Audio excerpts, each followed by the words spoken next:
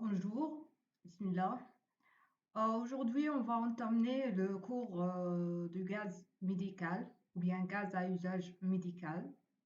Le support du cours est du département d'Alger. Alors, comme introduction,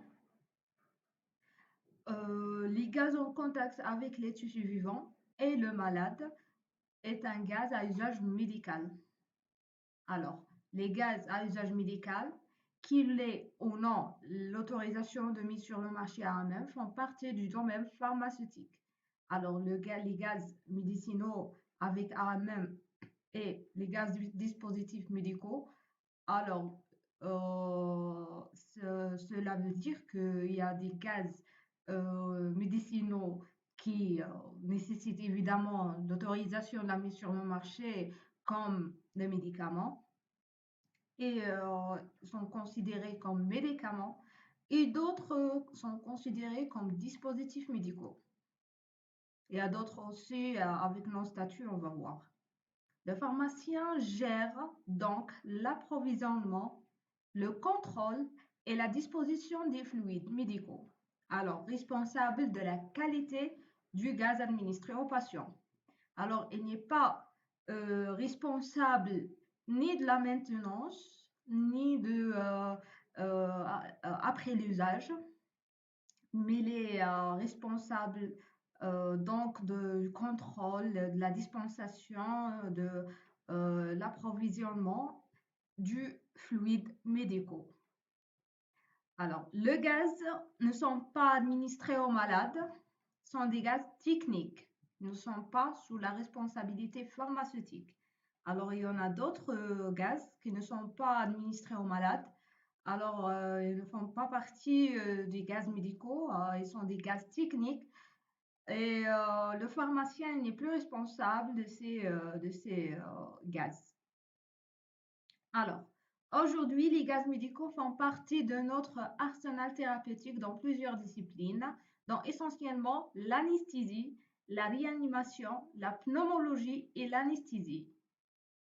Plutôt l'analgésie. Alors, et on utilise les gaz médicaux en anesthésie générale, en réanimation, en pneumologie. Aussi, il y a d'autres domaines comme les intoxications en CO, on utilise l'oxygénothérapie. Alors, c'est de l'oxygène, c'est un gaz médical. Mais trop souvent, malheureusement, des incidents surviennent chez les patients suite soit à une mauvaise installation ou soit à une mauvaise distribution du gaz à usage médical. Alors, comme il y a des inconvénients, il y a aussi des avantages. Alors, pour la classification des gaz médicaux. Alors, les gaz à usage médical peuvent être classés en 3 catégories. On a la classification est très importante. Alors, on a les gaz à usage médicinaux, sont des médicaments qui ont évidemment l'AMM. Alors, l'oxygène médicinal, l'O2, le protoxyde d'azote médicinal N2O, le mélange protoxyde d'azote oxygène médicinal 50-50 qu'on appelle MIOPA, alors est un médicament aussi.